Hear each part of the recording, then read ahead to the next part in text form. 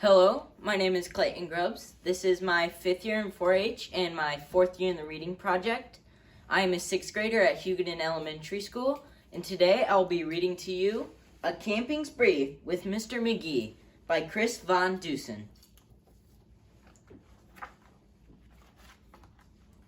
Early one morning at 7:03, Mr. McGee and his little dog Dee packed up the camper and hitched up the load, hopped in the Rambler, and then hit the road.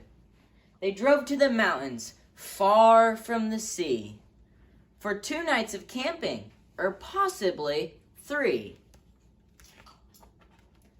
"There's nothing like camping," said Mr. McGee.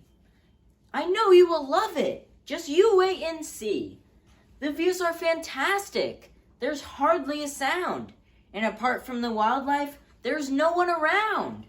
And the air is so sweet, you'll sleep like a log," said Mr. McGee to his small spotted dog. A few hours later, they took a sharp right and found a great spot to lay camp for the night. It was high on a hill with a beautiful view of Mount Adams, Mount Lincoln, and Jefferson too. But perhaps the most wonderful feature of all was the brook that ran over a steep waterfall. Dee gathered pine cones and branches and logs. McGee made a campfire and cooked some hot dogs. And as the sun set behind far distant knolls, they sat roasting marshmallows over the coals. As the embers went out, they felt tired and dozy. So they climbed in their bunk beds, all comfy and cozy. But while they were falling asleep without care, along came a stumbling, bumbling bear. A kindly old bear whose sight wasn't so clear, couldn't see far, and he couldn't see near. But he could smell marshmallows, sticky and sweet. This smell made him hungry. He wanted a treat. He sniffed out the place where the marshmallows lay. But the car and the camper were in the bear's way. Yet that didn't stop the sneaky old snitch. He simply tried squeezing right under the hitch. And as he was shimmying into the gap, he pushed up the hitch, which let go with a snap. Now that the car and the camper were untied, they started to roll down the rocky hillside. The car bounced away on the old logging road, while the camper was heading to where the stream flowed. It flew down the hill in a wild bumpy ride, with Dee and McGee sleeping soundly inside. They were snoring and snoozing, enjoying a dream, when splash went the camper right into the stream. The splash shook the camper. They bumped out of bed. "Now what in the world was that?" McGee said.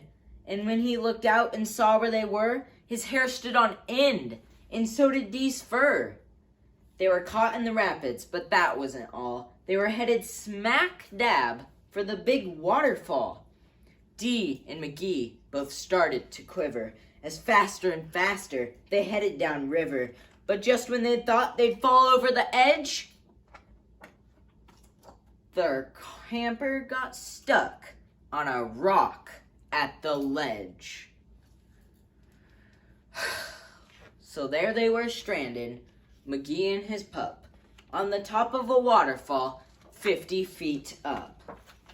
Meanwhile, that nearsighted bear from before was searching for one little marshmallow more, when lo and behold, as if out of a dream, he spied something sweet floating over the stream.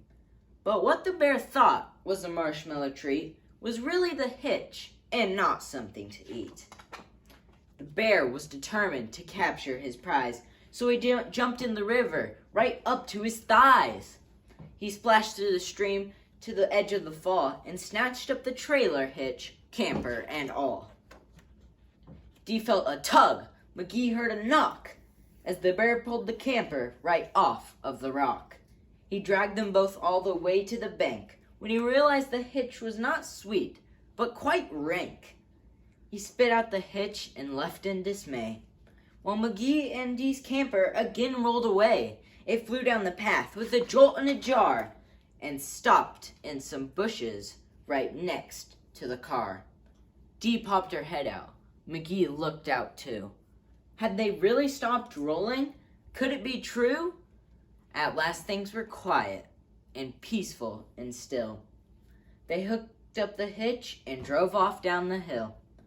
And on the way home, McGee said to Dee, "That trip wasn't quite like I thought it would be."